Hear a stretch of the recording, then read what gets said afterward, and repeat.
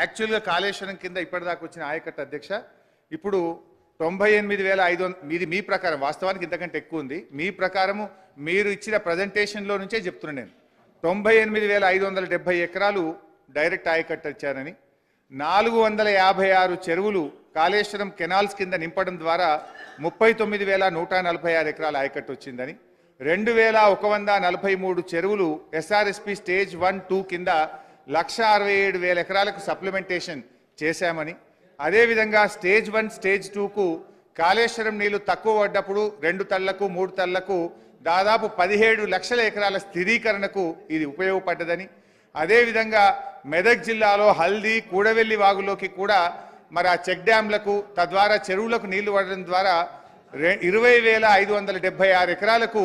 మరి ఇక్కడ కూడా ఆయకట్టు ఇచ్చినట్టుగా మీ యొక్క ప్రజెంటేషన్లోనే నేను చూసి చదువుతా ఉన్నాను అధ్యక్ష. అంటే దాదాపు కాళేశ్వరం మీద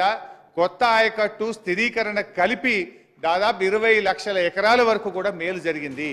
కానీ మీరు ఎంతసేపు కొత్త ఆయకట్టును మాత్రమే చూపిస్తూ చెరువుల కింద వచ్చిన ఆయకట్టు, చెక్ డ్యాంల కింద వచ్చిన ఆయకట్టు, స్థిరీకరణ కింద వచ్చినటువంటి ఆయకట్టును చూయించకపోవడం అనేటువంటిది కరెక్ట్ కాదు. అయితే